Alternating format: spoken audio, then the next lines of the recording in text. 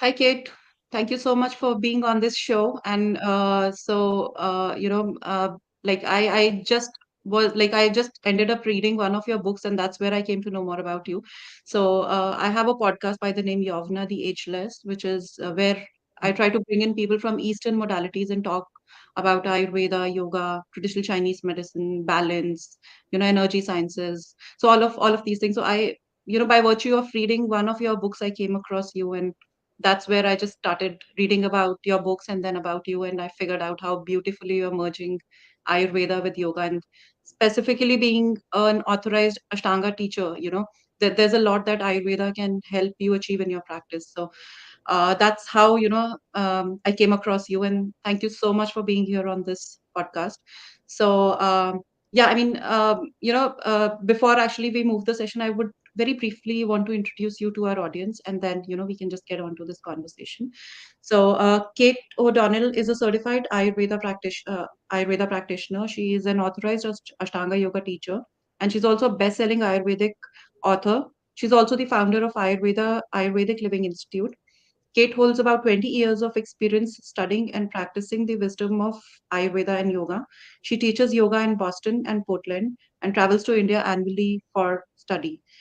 So, Kate, my first question to you is going to be, how did yoga and Ayurveda, or Ayurveda and yoga, whatever happened to you first, at all happened to you? Hmm. Yeah, good question. Uh, I would say the yoga happened first. I Mhm. traveled to India when I was 19. I was just always interested in the place. I knew nothing Oh, about nice. yoga. Yeah, it was more India than yoga at the time. And as a student over there, I started practicing yoga just Hmm. with whomever was around. And maybe it was because I was in the South, but every time it would be Ashtanga yoga from my Hmm. part. I So know, I know. Most people coming in from visiting India from countries outside India. I think it's that their first interaction is with Ashtanga yoga. right, right. Yeah, so that I started practicing yoga while I was in India. And so I kept traveling to India every year to study Hmm. yoga in different places with different people, but I got very sick with parasitic infections Hmm. along the first few years, and that was how I got involved with Ayurveda, was to sort of Okay. heal my parasitic problems, and I couldn't eat anything. I was a complete mess. Yeah, my body had a lot of adjustments to do coming Mhm. from the northern part of the United States and then suddenly being in India, South India, Yeah. tropical weather, back and forth Yes, it takes between. some time to get adjusted to the weather. Yeah, Yeah. yeah. So I started the Ayurveda in a panchakarma, so doing a sort of a deep dive with a doctor in Mysore. So you were actually taking the treatment, or you started studying like as you got into it? I started by taking treatment because I was Hmm. sick, and I didn't even know what Ayurveda was. It was just Hmm. I just landed at a clinic, it's sort of a mess. A Hmm. friend took me to I this know. place, I know. Yeah, Yes. and that was how so I just, not knowing anything about Ayurveda, had this experience in undergoing the treatments at a small hospital, and it really changed the way that I viewed my body and medicine. Hmm. And I was very much a spiritual experience for me. And Oh, that, yes, it is definitely. There's something about that, something about Ayurveda, like whether it is the food or these Panchakarma practices or anything, like, you feel that connect with yourself. yeah, exactly. And that's what I had been looking for in yoga. Hmm. And so I find it in both of these traditions now. And so because I was so intrigued by the experience, the spiritual experience that I had had through Ayurveda, Hmm. I started studying. And it was difficult at that time to figure out as a Westerner how to study. Yeah, and I think considering your age, I mean, being in an age where people actually want to just explore and live their best life, you chose the path of yoga and Ayurveda, Yes. which is very it feels good to have such people who kind of think of getting into these modalities early at that age. And I'm sure your experience, your learnings, your practice, and everything is it shows the way you project yourself, the kind of it definitely shows in your books and the kind of knowledge that you pass on. So Kate, since we are discussing, our topic for today is going to be self-care with Ayurveda. I just want to start with the very basic. uh, as per Ayurveda or even yoga, if I bring in the two modalities together, what does self-care actually mean? Well, in Ayurveda, there are preventive measures that we Hmm. take that very much have to do with the daily routines and the seasonal routines. So I would say self care in Ayurveda is adjusting your relationship with your body, with your environment, the food that you eat, the cleansings you do for your body. These things shift a little bit based on the Yeah. season. Yes. I would say in terms of self-care, probably the dinacharya practices, which most of Hmm. these practices happen in the morning Yeah. routines, that might be the greatest gift that Ayurveda can give to us at this time in history. Yeah. Exactly. To get up Yeah. and care for your body first before you do anything else. Exactly. And so, from the self-care perspective, where does yoga fit into this definition of self-care, which Ayurveda brings about? Well, for me, it was a very obvious connect because I had learned to practice yoga in the morning. You know, Hmm. so morning, Yes. it's that Brahma Muhurta, that the God Yes. time, and Hmm. so for me, there's this real connect between the two systems in that they both sort of take God into account. That God is a Mm. part of your health, and devotional practice is a part of your self care. You know, Yes. yeah, and so to put the 2 together for me, it's like I'm taking care of my spirit with the yoga, I'm taking care of my vehicle, my temple, my body with the Ayurveda, and the 2 in Hmm. that way, they come from the same anatomical background. So, Yeah. the things that we say when we talk about yoga kriyas, yoga asanas, they're the same words that we use when we describe Hmm. the Ayurveda Yeah. practices. And that makes a lot of sense to me. I think in the West, the yoga is being understood and described through Western anatomy. And I Yeah. think that's problematic. I think we get confused when we Do do you that. think so? I mean, it's not only problematic. I think Hmm. that kind of anatomy, for example, about like your muscle Hmm. sinews and things, Yes. Physical anatomy, more of physical anatomy, not the I think spiritual anatomy. helpful. I think it's helpful in terms of another Mhm. way to perceive or explain the experiences that you have when you practice yoga, you Yeah. know? And then we can also describe it through the Ayurvedic lens, the Samkhya philosophy. And then we're using the same Yeah. language. Exactly. To me, Yeah. when I started to study Ayurveda, I understood yoga so much more. And it becomes easier. Like if you've studied one modality, getting into the other is most often it's obvious, and your understanding definitely is at a different level, right? Definitely, they speak to each other. Yeah. So just I'm a little curious to know, like, you visited India not with a thought of getting into yoga or Ayurveda. It was just by chance that you had an encounter with yoga initially. And when you decided to actually study yoga, and that to the most intense practice of yoga, getting into that. Uh, what was your experience like? You did not come with that intention, neither you knew that you want to do this. Otherwise, if you have that thought in mind, you generally go prepared and you know what to expect. But in your case, it was quite sudden, and your age, you were quite young at that time. So when you got into it, when you started practicing Ashtanga, specifically at the shala itself, how was your experience like? What did you go through? Because there are a lot of emotional shifts also that you go through when you get into such kind of a practice. Physically, of course, you're experiencing the changes. So what is it that you experienced in your practice, and how long did it last? Like, how long did you study this entire thing? Mm. I spent 20 years going back and forth to Mysore. Wow. Yeah, so I was very deeply immersed in that particular style of yoga for 20 years. And Mhm. I think in the beginning going to again, I didn't even know at the time that how old Yeah, I was, but that's why I asked that question, because it was something you just chanced upon and you started.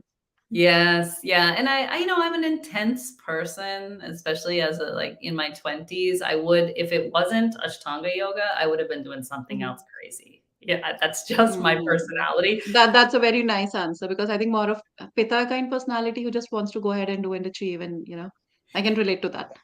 Yes, and I really wanted, I'm very much an embodied person. Yeah, I understand everything around me through this body, through my Mm. senses. And what I learned so much from the yoga practice was about how to feel my energy body, how to Mm. feel my prana, Yeah. and to move it, to use my breath and my consciousness to move my prana, to shift my prana, which is very important part of Ayurvedic Yeah. medicine, Exactly. Yes. And I so guess that's one part that's missing in the Western understanding of, medicine and body because we are focusing too much on the physicality and how the prana flows has a deep impact on the shifts that will come to start to happen to your body and the mind as yes, definitely, definitely. I was lucky because when I started really studying Ayurveda, I already had personal experiences with the prana body, well. and Yeah. knew, so I started learning about, say, the different vayus, the five Yeah. movements The of, pranas, the five pranas. Yes. yeah, and so I'd be like, oh, I know those, I know Hmm. what those feel like. Yes. Yeah.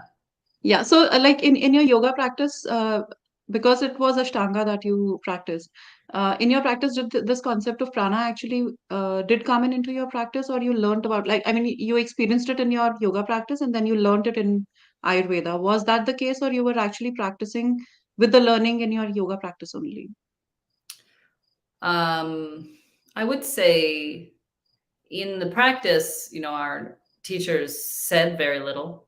There's very little talking, very little Yeah. Yeah. explaining, It's you know. yeah. So of It's course, internalization more of yeah, internalization that you do. Yeah. right, right. So we're having these experiences. We don't really have words to describe them. When I started to study Mm-hmm. Ayurveda, I was like, oh, here's the words to describe this. Yeah. Okay. So you got those words for the experiences that you had in your Ashtanga practice, and that's interesting. Yeah. Great.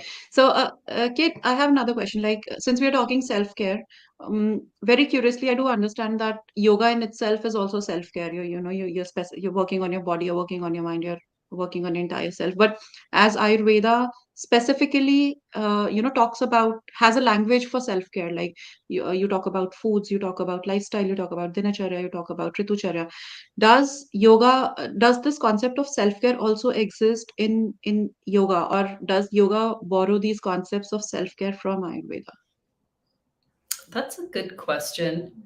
And I think there's so many different lineages of yoga, it'd be Mm. hard to generalize, but it seemed I always felt that yoga was more, very much about self-transformation and Yeah, it evolution of is. Yes. consciousness, right? Yeah. And in Ayurveda, I found ways of very gross ways of Hmm.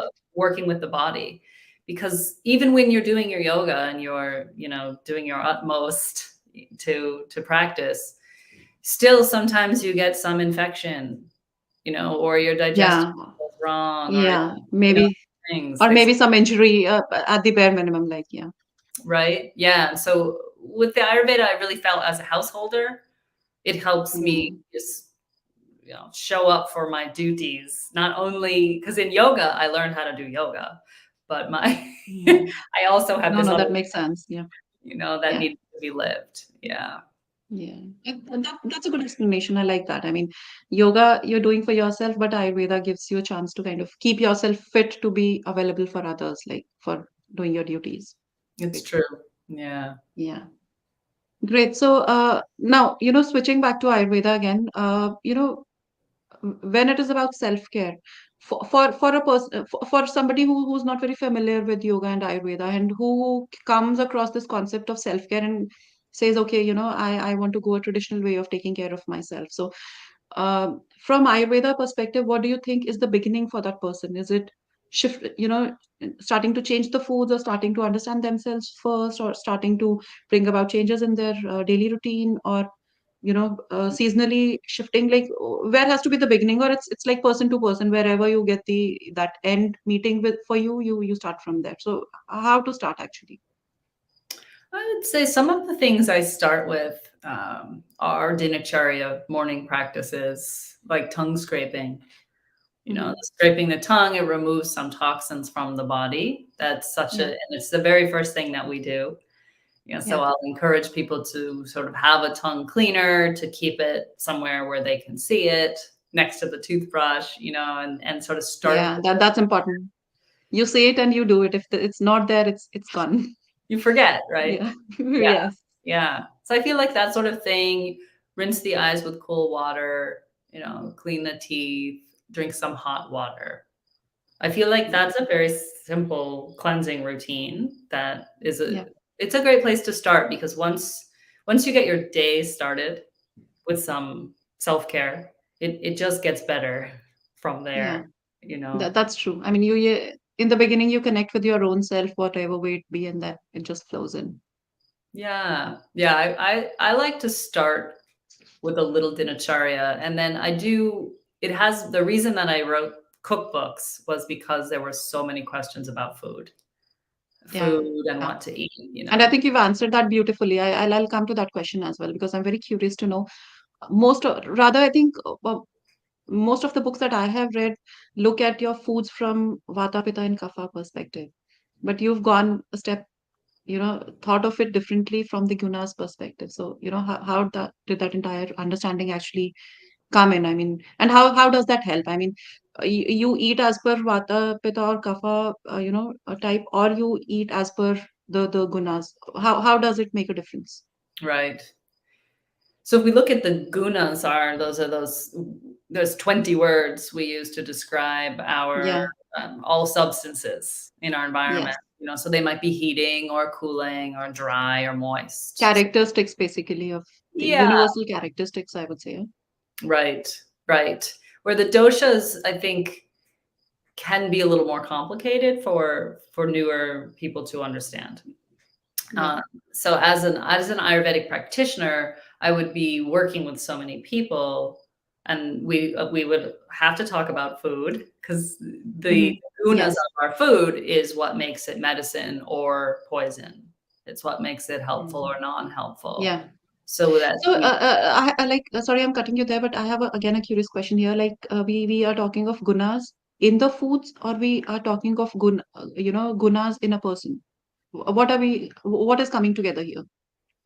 So the gunas are also in the person. So person, Yeah. our Yes. substance layer, right? Yeah. So I might be feeling dry, like maybe I have dry skin, or a dry Hmm. mouth, my eyes feel dry, my hair starts to get frizzy and dry. Yeah. So I'm thinking, oh, there's a dry quality at work in Hmm. me, you know? Yeah. So I want to reach for some balancing gunas from my environment, Hmm. from my food. Perhaps I would put oil on my body, do oil massage, Yeah. but I would be very wary of foods that are dry, as those will increase Hmm. the dryness that I'm noticing, in my skin, Yeah. my hair. And I would be looking for Hmm. things that are moist, things that contain fats, you know. Yeah. So we balance the qualities in our body by what we eat primarily. Hmm. So if there's Yeah. too much dry, we eat something moist. If there's too much moist, we eat something dry. So that's where, if I understand that right, your book actually helps for a person who is not able to understand this concept of Vata, Pitta, and Kapha, can actually look into the properties or what's going on with them. It's like too much of dryness going on with them, or say at the mind level, too much of overthinking going on, and then they can associate those characteristics with the gunas, like, and what are the opposite qualities that will start to bring in the balance, and that's how they create the association between the two. Is that right? Exactly. Exactly. And then, there we are experiencing our bodies. So for yoga Yeah. people, it's perfect. You know what? I mean, it sounds so simple, and I often feel that simplicity is so complicated. I mean, for the people, I mean, it's so simple that you just have to go by what's going on and bring in an opposite quality to create that balance. But we don't relate to it. We really want to get into those complicated concepts of how medicine brings things forward, and we want to get into the that deepest nutrient which will work, or that deepest supplement that's going to make a difference, without actually understanding all will come in place once the balance happens. Yeah, it's true. It's true. That's what I saw in my practice with people is why I wrote the book this way. Hmm. Because I thought, Yeah, that's nice. we need to understand what does dryness feel like in this body, and then what are the foods that will be more dry? What are the foods that will be Mhm. opposite of dry? And just help me understand one more thing, if and correct me if I'm wrong. When you start to feel dryness in the body, either your hair or skin or brittleness, there is a specific quality that your mind is also carrying, right? I mean, you may feel a little more colder towards others. You may start to behave a little more disconnected to others. Does that happen, or is it something that's a separate thing? I think that we can definitely see correlations like that. If we Hmm. were to get technical, with the Hmm. Ayurveda, we'd say Yeah, a yeah. different language. There is a different Hmm. language to describe the mind, which is the Mahagunas, which our yoga students will be familiar with, Yeah, Sattva, yeah, Rajas, Tamas. yes, yeah. Um, but you will also find that qualities also affect the mind. Like, if you picture like a piece of fruit, so there's one Hmm. that's like ripe and moist and soft and juicy, and then there's one that's dried out. Hmm. It's Yeah. hard, Hmm. it's rough. So dry fruit and so I think the closest association is going to be a fresh fruit and a dry fruit of, like, say maybe a dried apple or a fresh apple. Yeah, yeah, like one that's dried out is it's difficult to permeate, so you were saying the mind, a person Hmm. who is dry might be like, more separate or feel colder towards others.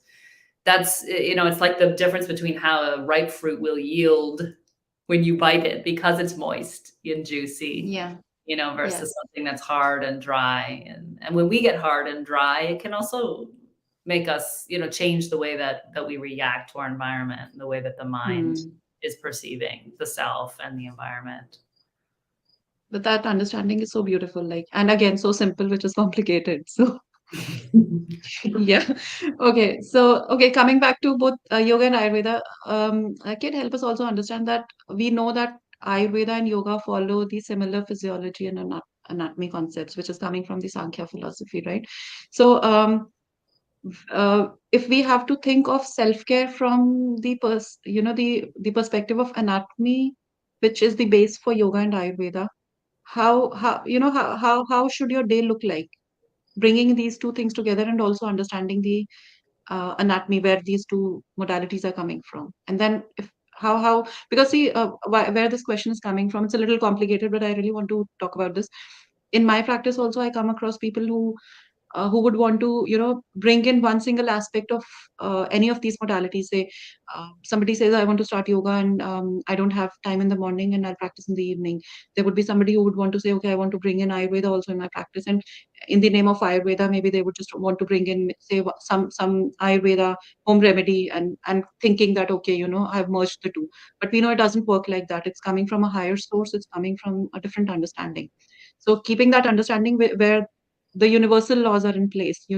Mornings is the time for yoga, and the way it's going to give you the differences when you practice yoga in the morning is, it's not the same experience that you will have when you do it in the evening. Of course, for relaxation, you do it, that's a separate story. But so, coming from the space of understanding the universal energies, or the base of anatomy and physiology of yoga and Ayurveda, if a person wants to get into these two modalities, starting their practices, how should their day look like? Well, if we look at the Samkhya, the chart, of the constituents of reality, we get down to the bottom Yeah, right corner is the five elements. So yeah. the five elements, that is the anatomy of the physical body, and those Hmm. elements are also the anatomy of our universe, right? And Yeah, so the exactly. body and the universe around us is undergoing sort of natural changes from sort of Hmm. sunrise to sunset. So when we say what should our day look like, it's like our day really should flow with the sun, with the rising and the setting of the sun. And so when the Mhm. sun is like its highest, when it's at the zenith at midday, everything is hotter, right? There's Yeah. more heat in the atmosphere. The digestive fire is also hotter at that time, like the fire Mhm. inside the body. And so that's sort of the time for lunch, the midday Yeah. lunch. Yeah. In the morning time is when you really get that clear quality. Before there's all the disturbance, of movement Mhm. in our environment. It's Yeah. very still, it's stable. And so that's the Mhm. time where we can work with the yoga. And so we Yeah. start out with a very calm and stable and clear atmosphere in which to move the Yeah. prana, you know. And then the appetite will increase after practice, so we can sort of Mhm. eat late morning, midday, and we will digest the food better and be able to Yeah. digest more complicated foods at midday. And then everything is quieting down, calming down as the sun moves, Slow right? down. Yeah. Yeah, so I we guess start. that's very well understood in the, as per the understanding of science as well. Like there are certain hormones which in the morning are working for you, and the understanding of those hormones is very similar to how Ayurveda puts it in a language of actually practicing it in a daily routine.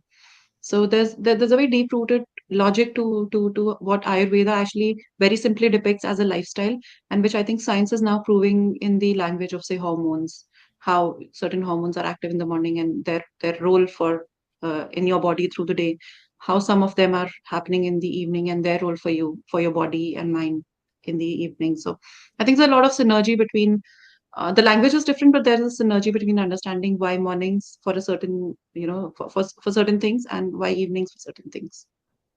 Oh, definitely. Yeah, the circadian rhythms Yeah, are Ayurveda, when you learn yeah, them. Yeah. yeah. So, but I can tell you one thing, like, before I got into yoga, for quite a long time, constantly, like when I used to wake up in the morning, specifically after sunrise. I know my day is not going to be good because I would be confused the whole day. I mean, it used to be lots of thoughts in my mind, and the if I look at the execution, I could hardly work on two or three thoughts that I had in the morning. So before I think after getting into yoga, starting to practice, I think that there's a level of detoxification also happening too. And then when you practice in the morning, it's a different energy moving in your mind. You know what you're supposed to do through the day, and you just keep following. I mean, you just keep flowing. You don't have to actually put effort to get into that flow. So yeah, that definitely makes sense that Hmm. circadian rhythm or Ayurveda practices put that language into a practical way of living your life on a daily basis. Mhm. Okay. So, another, important question I think that nobody talks about, but I'm quite curious because I come from a space of actually moving from the world of nutrition to yoga and Ayurveda. And the understanding of nutrition for me when I got into, the wellness domain about 10 years back. So my journey started with macrobiotic nutrition, which I got certified in, and gradually I moved into yoga. And then now I'm studying to, very new to Ayurveda, but yeah, getting deeper into the concepts. So one thing that I realized that, and as a part of my journey, I also ended up learning raw food nutrition, which really captivated my interest. I was very, inclined towards raw food nutrition. I still am, but now I get a little confused because the more you start to learn Ayurveda, you realize that n- once you start to understand those qualities that we're talking about, you know that even if you like it, it may not work for you because your qualities are opposite of what Mhm. the raw food nutrition may give you. So and coming from the cleanse space of cleanse, Ayurveda has a very strong focus on internal cleanse, seasonal cleanse. Uh, if we look at it from the perspective of how the world is moving today, from the cleanse perspective, it is a lot of raw food stuff coming in, a lot of juices and smoothies and all that stuff coming in, which of course will give you some level of cleansing. And on the other hand, if we look at Ayurveda also talks about cleansing, but it talks about it from the perspective of say khichdi cleanse, where simple carbs and proteins are becoming a part of your diet even if you're cleansing. Whereas in the modern understanding, your carbs and proteins and fats mostly will be out. Would be more of vitamins and minerals you're using to cleanse yourself. So, you know, we are cleansing both ways, but how do these two cleanses actually differ? I mean, from the Ayurveda perspective, how does that cleanse work? One of the things about doing something like a khichdi cleanse, so using this Mhm. combination of rice and mung bean, and you can also do a congee, you Yeah. can do a mung bean soup. There's sort of some different varieties there. but the ingredients of the mung bean, the rice, ghee, spices. Mm-hmm. The idea is that the raw foods will disturb the vata dosha. So raw foods Mm-hmm. they're like that rough. Yeah, dry, rough. Yeah, Yeah, they're dry, they're rough, yeah. they're hard. And so a person has to be able to withstand that kind of a cleanse. If Mm-hmm. a person is strong, if a person's body is stout, they have a lot of moisture, then they can probably handle that. The Ayurvedic style of cleansing is much more gentle. So Mm-hmm. we're trying to sort of stabilize. I would say we're trying to stabilize blood sugar a little bit by having Mm-hmm. small amounts of protein. The reason that we use the mung bean is that the Ayurveda texts say of all, it's like one of the favorite foods, traditionally. Yeah. And it said that the mung bean does not produce any disorder in any body type. So the And very idea, interestingly, I tell you what, specifically for this mung bean, it's very commonly used in traditional Chinese medicine also. It's one of the favorite foods in another ancient modality, which is directly nothing to do with Ayurveda. So definitely there is something about mung beans that these ancient traditions are talking or boasting about. right? Because they'll sort of still sustain the body, but Hmm. without causing any imbalance or any toxicity. So the idea is that you sort of have this food you can put in the body that will keep a person Hmm. going and it will fend off imbalances, and then the body will start cleaning itself Hmm. because we're Is it a process like say 1 day cleanse or a 2 day cleanse or a 10 day cleanse? Is it you have to be on a specific schedule for that, or it's like 1 day you decide, okay, I'll give my system a break and I'll have khichdi the whole day and bring in some complementary foods along with it. So that 1 day is enough. How should it be done? It would depend on the person, on how much toxicity is there and what the person's trying to do. I think one of the indicators we always look for is the appetite. If a Okay. person feels hungry, and then when you Hmm. eat food, there's very little digestive byproducts. These are all signs of good health, so no Yeah. toxicity. And so many of us just get into places in life where it's not like that. Yeah. We either lose the appetite, don't have a good Yeah. hunger, or we have bloating, gas, hyperacidity, these kind of Hmm. products that happen when we eat. Hmm. Those are signs that a cleanse it might be time, to do something like Okay. that. And so a Okay. person could do a very simple diet, like khichdi is the easiest thing. It contains digestive spices, which will help balance. Yeah, that also gives that stimulating effect and that release effect. Right, and we could shift the spices that we use depending on what qualities that person is in need of. Hmm. If we give a lot of hot, sharp, dry spices, we'll get more of a cleansing effect. If we wanna Uh-huh. use like we might use, like, a lot of, ginger, turmeric. Hmm. If we wanted to soften it, we would use softer things like cinnamon, cardamom, Hmm. coriander, and all I these. think I can relate to that. The South Indian sambar, which is like very spicy and chilly. And if you have a cold, I think that's one of the best things to consume that immediately releases and opens up this entire tract. Right? Or the rasam. Everyone Yeah. is always serving Yeah. me rasam when when I'm sick. Yeah. Yeah. I know that's one of the staple in South India. You'll find it everywhere.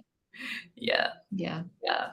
So I think most people probably need more than one day on khichdi Hmm. to remedy a disturbance in the digestion.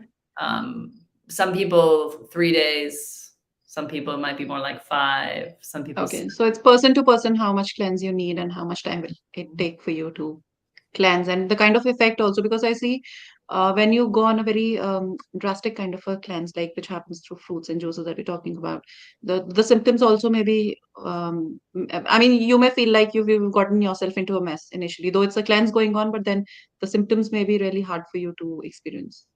and it can be difficult to get back to eating good food again.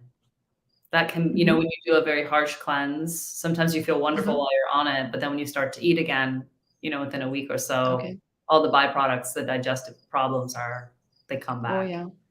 you know? Yeah. Yeah. Yeah. Okay, so Kit, like another thing, like if we think of like Ayurveda looks at diseases from the perspective of various stages coming in before action and before an illness actually starts to show up outwards, that there are different levels going on inside the body, and it may take say months or years for any disease to kind of manifest and start to show up as something how modern science would name it, maybe diabetes or arthritis or any kind of these lifestyle disorders. So you know from the food self-care perspective, from the using foods for self-care and keeping diseases in mind, and also keeping these various stages of illnesses in mind, how does this entire process of preventive way of life begin? Like, you keep your blood clean, and that will have an impact on the concept of this different dhatus. One dhatu is going to impact the other one, and that's how it goes deeper. So, how do we uh, one understand diseases from that perspective, and when we think of bringing about changes in a health condition for that specific health condition, how should the Ayurveda diet look like? Mm. The great thing about this way that Ayurveda looks at the causation of disease is that it Mhm. starts with the early signs and symptoms are Yeah, often ones that are easy to recognize, and many of them are in the digestion. That's what's so interesting is it's kind of yeah, Ayurveda teaching exactly. that all of our problems are actually beginning in the digestion. That once we are not able to digest and assimilate food nicely, it's like the building blocks for Yeah, problems, you know? So that's why we exactly. talk about food, digestion, digestive Yeah. spices, all these things really are the most important thing.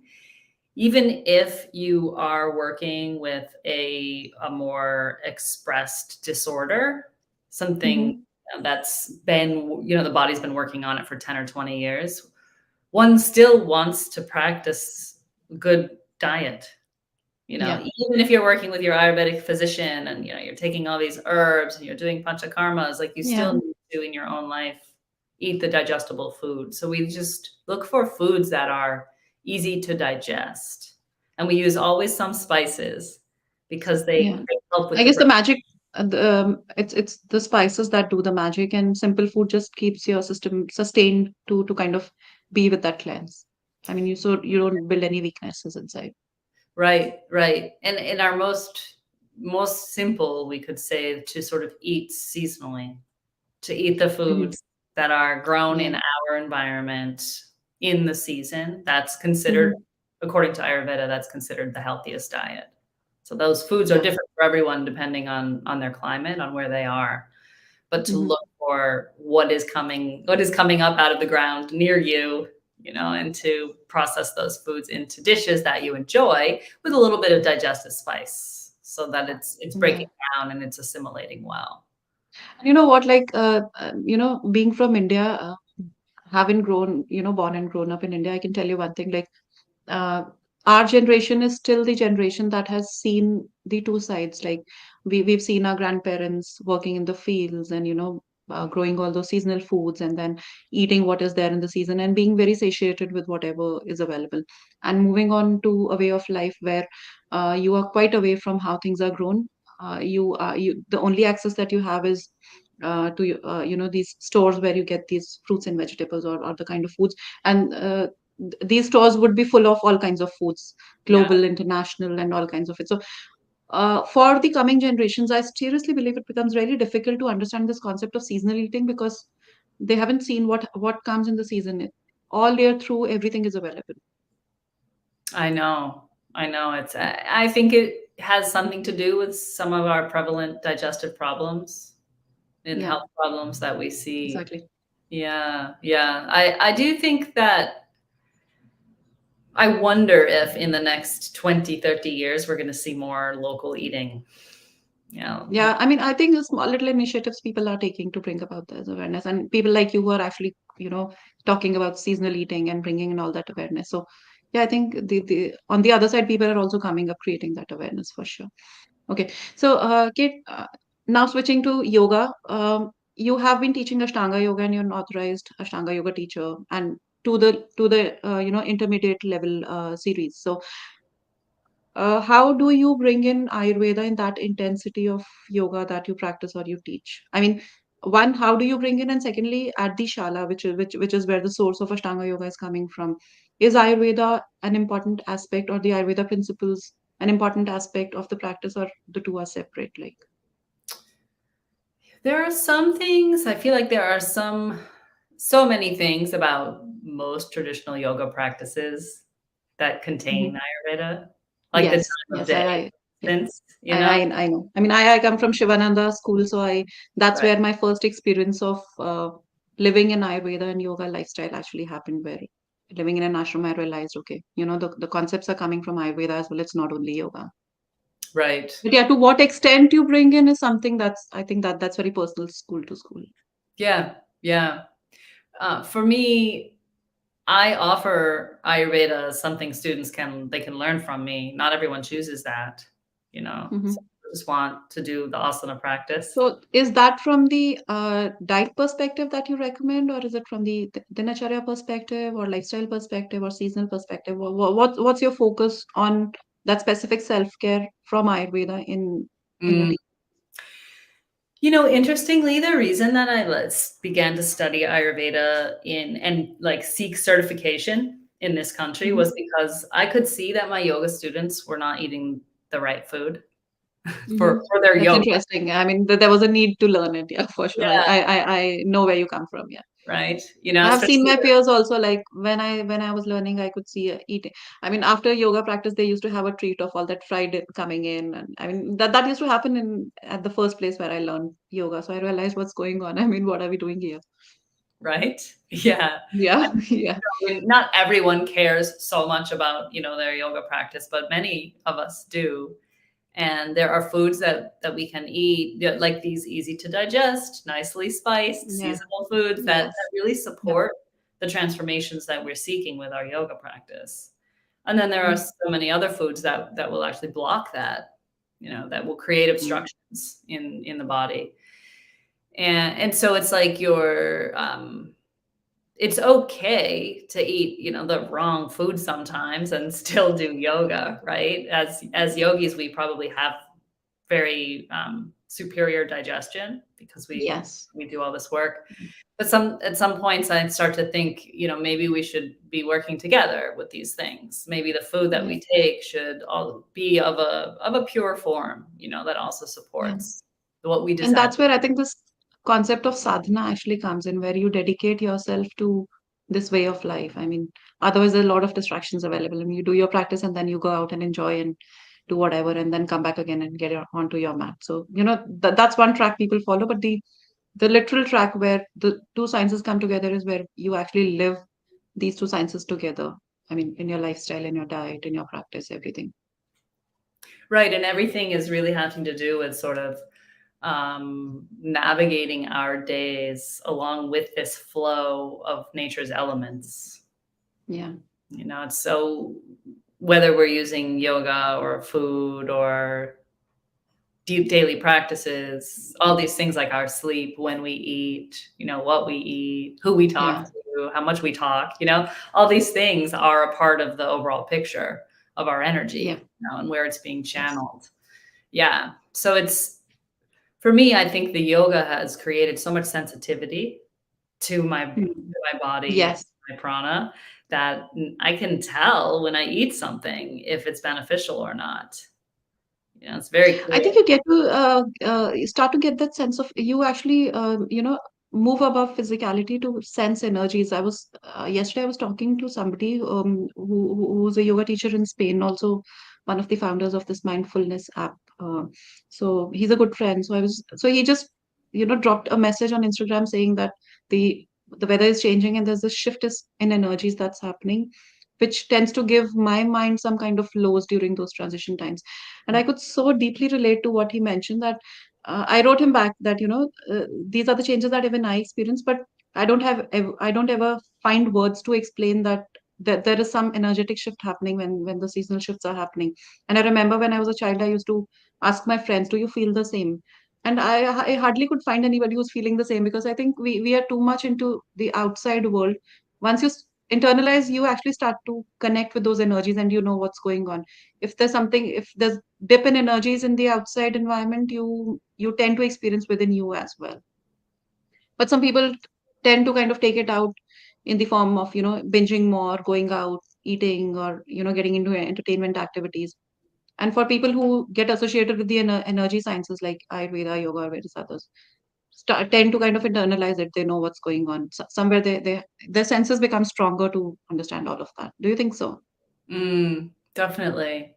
Yeah, I feel like you hit on one of those most important aspects of yoga, which is to draw the attention inward, Yeah. you know? Yes. And so one of Yeah. the things that I find so special about food is that eating is an opportunity to turn the attention inward. Even though Yes. we often, I think, culturally use it as an external outward activity, you Yeah. know, where But we're that's where that feel good factor when you eat food is nothing but, you're connecting with your own self. So yeah, very nicely uh, put across. Mhm, Great. So, Kate, since we're talking of energies, and Ayurveda talks like correlates your senses with energies quite a lot, right? mhm, Uh, so, uh, ha- and that's one of the reasons why taking care of senses is very specific or unique aspect of self-care or healthcare in Ayurveda. No one, I don't think any other modality ever talks about it or even thinks of talking about it. So, what do you think is the importance of taking care of your senses on a daily basis beyond only sense care? Like, because mm. our senses are directly related to our nervous system and it may have some energetic shifts happening in the body. So, what's your take on taking care of senses? I feel the senses are like windows into the nervous system because they Hmm. take all the energy or all the information from our external Yeah. environment, and they comprehend that, they, compute that into a part of us. So they really are like this bridge between the internal and the external, which is very much Hmm. has to do with yoga. Yeah. Yeah.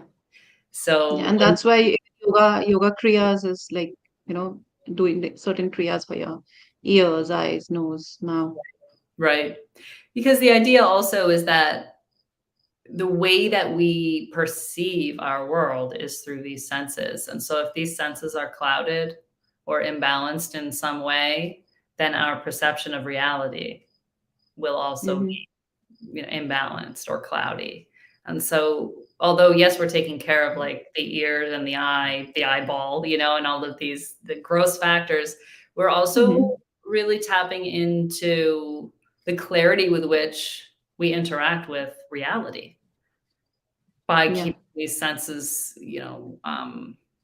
free of disturbances, whether it's Hmm. overstimulation or actual goop, 'cause, Yeah. stuff No, but exactly. But like my question on this is like screen time for most people has gone up drastically. Like so, and somewhere people don't realize, but it does have an impact on how you start to perceive or think or feel, or it's having an impact on your mind. So when we talk of sense care and specifically the eyes or maybe the ears, that's kind of listening to different kinds of sounds or maybe music every day. Do you think, yes, of course, too much is definitely having an impact, but we really need to cut down on that time and focus on our senses to kind of get inwards rather than being outside and getting into all those outside modes of entertaining ourselves. So what's your take on that? It's a difficult one, to manage that imbalance when it's upon us, when we use the senses for external forms of entertainment. Hmm. It's addictive, it's an It's addictive, addictive yes. thing. It's very difficult to turn that energy around. I think it's important that we all, like, are real about that and know that we're dealing with something that is addictive in nature, Yeah. like drugs and alcohol. So we don't need to, like, beat ourselves up about how hard it is, to put Yes, this. and that it needs some deep level of self-awareness to not do that. Yeah, it does. It does. And things that work for me, um, I do not keep my phone in my bedroom. I don't use it for an alarm clock. I don't use it for functions that I'll need in the morning and in the evening. Hmm. I have like just a clock, an analog clock that I use for that, and I I do think not. that's the best thing. Yeah. Yeah, and I try not to turn the phone on until the morning practices have happened, and I turn Hmm. it off with the sun. So when the sun Wow, is that's done, nice. or this time of year, it's even before the sun because it's That's also, I think that's one of the most important self-care that we need to do with with us. I mean, rest of the things are later. I agree. I agree. And Yes. it's, I just want to, again, for all the people listening who struggle with this, like myself included, it's not easy for me. I really Yeah. have to work on this. And it's the nature of that sort of entertainment is very addictive. And we are all very caught in that. And I think we need to Exactly. replace that activity with something else, you know? Yes. So Something there's constructive, maybe reading a book or doing something for your own relaxation or whatever. That's what absolutely I keep, talk about like in my practice also to the clients and all. It's easier said than done. I can just say that. I mean, you really have to be, it comes from within. You can tell somebody, but unless it comes from within, it's very difficult to incorporate that. So, Kate, now towards the end of my session, I really want to have an insight on the practical way of life. Most of the people today are busy. They're very busy. And if we tell them that, okay, these Ayurveda practices and bringing in some yoga in your morning routine is going to change your life, which can happen, but they may not have that much of a time to practice all of these practices in the morning or maybe in the evening, considering their busy life. So, are there any specific easy to do practices coming in from Ayurveda or some food tips or yogic practices which can gel well with somebody with a very busy lifestyle and still experience some changes to their body and mind?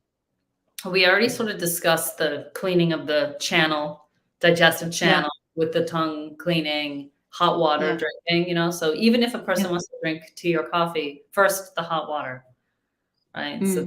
that I think is very quick and Yeah, easy. yeah, of course. I mean, that's Yeah, part of the process only. Anyways, you're about to have your tea. Why not have a glass of water before yeah. So I would start there, and I think another one that is also difficult, but is to move the food time to earlier in the day. So that? eating Okay. more food at the earlier meals and less at the dinner. The yoga people Hmm. In already terms of in terms of quantity, are we mentioning that? Like the portion yes, sizes? yes, for sure. So dinner being the smallest meal of the day, Yeah. and lunch when the sun is Mhm. at a zenith to be the highest, Mhm. biggest meal of the day. Yeah. People will notice a huge change in their metabolism by doing that. So I feel like Yeah. that is, it's not an easy, I would say, to give oneself like 6 months to work on that Yeah. slowly, slowly. It doesn't have to be all the time, but it's most of the time that the food, more Mhm. food earlier, less food at night. That is really a Mhm. healthy routine. And And it's completely the opposite if I look at the modern way of life, it's completely the opposite. Yeah, I mean lunch is a common factor where you'll have more, but then mornings may be a little lighter and it keeps growing as the day moves on. right, right. And I think a lot of people, we prioritize other things, right? We prioritize Yeah. our external pursuits during the day. Yeah. And then at night, it's like, Exactly. oh, now I can feed my body. And now that everything else. Exactly. Yeah, that's the mindset. Yes. And these are the same people with whom I see, a lot of health conditions. Like these were the ones who would be the bulky ones, or would be having thyroid conditions, or on the path of maybe blood sugar imbalances happening to you, aches Sure. and pains in the body, a lot of other things happening. So I think one small thing, just shift that bulk to the morning hours and lighten in the evening, can make huge difference to the health. Mm, yeah. Yeah, and if I can add one more, from the yoga realm, one practice that is my most recommended practice is the alternate nostril breathing. Yeah. Yeah, and that one balances the duality of our Yeah. qualities, and it balances the hormones and it balances the mind, and it very much equalizes Yeah. it. So is there any specific time that you would want to recommend the alternate nostril breathing, or any time through the day is okay? I feel the most potent time for it is the morning because Mm, it's easier, it's for just sure. Yeah. there's more clarity. But I do also find that it can help with sleep and Mm, stress at the end of the day. It can also be yeah. done, later in the day. It can be done anytime, really. But I find I find that clients will gravitate towards morning or evening, depending Hmm. on what they're trying to do. I mean, if you want to balance your hormones, you do it in the morning. Okay. Get everything equalized and set before Going you. equal, yeah, yeah, but yeah, Yeah, yeah, yeah, because everything starts from the brain, and if your brain is balanced, everything is going to flow down in a ex- balanced manner. Great. So, Kate, my last question to you would be tell us about your books, and you have three different books. Uh, I have just gotten a chance to kind of briefly go through your first book for which I wrote the review, but what are the other two books all about? the Everyday Ayurveda Cookbook. That's a great place to start. That one's for beginners. Hmm. It's about just the Hmm. seasonal gunas. The Yeah. second book is Cooking for a Calm, Clear Mind. So that one is great for the yoga crowd because I talk about sattva, rajas, tamas. And Uh-huh. according to the Bhagavad Gita, that's where we get the most information about how the mahagunas are uh, Yeah. found in foods. And there's 100 recipes in that book. And then the Guide to Self-Care, that's one that really dives deeper into dinacharya, seasonal practices, daily practices, and there are also home remedies in that one. Hmm. It's not so much like daily fare cooking like the first two books Hmm. are. Yeah. Okay. No, definitely quite interesting because I loved your first book and second one I think sounds interesting because it's talking about sattva, rajas, and tamas. And I Yeah. think you're coming up with another book which is about women's health, if I'm not wrong. Yeah. That's When right. is Yeah. that expected? Women's Health is released in April. Oh, it's already there or it's coming up? Coming up, April Coming up. 2024. Yeah, Yeah. I think that's one of the most important books for women, I believe. I mean, bringing. So you're talking about yoga and Ayurveda together in that book, or it's only about the Ayurveda concepts? There's a little yoga talk in there. I honestly think that book is coming next. The yoga and Uh-huh. Ayurveda book in a few Oh, years. nice. Yeah. Nice. Yeah. Nice. Looking forward to that definitely. Yeah. Great. And you could also talk about the courses that you offer to the audience whosoever gets interested or because I mean I must say the collection of courses and books and the content that you speak about is phenomenal for any yoga practitioner to who wants to really get delve deeper into Ayurveda. I think that can be great beginning getting into the kind of content that you talk about on Yeah. Ayurveda. You just help us understand our listeners where they can find you and the kind of Sure. courses that you offer. The website Ayurvedic Living Institute. So on the homepage, all the courses are divided by cooking, self-care, or masterclass. So a good place to start if people just kind of want to dip the feet in. If you go to sort of say self-care, you'll find seasonal. So you can Mhm. think, oh, what season am I in? Let me just, download the spring seasonal class. Mhm. So then we talk about daily practices that would be most appropriate during that season. And it's the same with the Mhm. cooking. So the cooking classes are also Okay. organized by season. Okay, great. Yeah. Yeah. And And then the these are master all class. courses are like ready to use, like you come across a seasonal guide and you go through it and you start bringing in those shifts in your life. Is it as simple as that? Absolutely. Yeah. That's the Great. point. Yeah, that's what we're hoping Great. for. Yeah. Just all Great. about getting people feeling empowered to get started, Mhm. with some simple change in the life. That's the purpose, yeah. Yeah. Great. Great, Kate. It was really nice speaking to you and so much to learn from you. Towards our ending note, is there anything that you would want to add on before we end our session? No, just like to thank everybody for their interest and for listening. And maybe we'll chat again when the women's health book comes out. Oh, definitely. I would love to do that. I just saw that on your Instagram feed and I got really immediately interested. Okay, when is it coming? Yeah. Yeah. Yeah, Let's do it. great. Perfect. Thank you so much, Kate, for being there. And I really love talking to you. And we'll stay connected definitely for your next book. Super. All right. Thanks for having me. Thank you so much. Bye bye.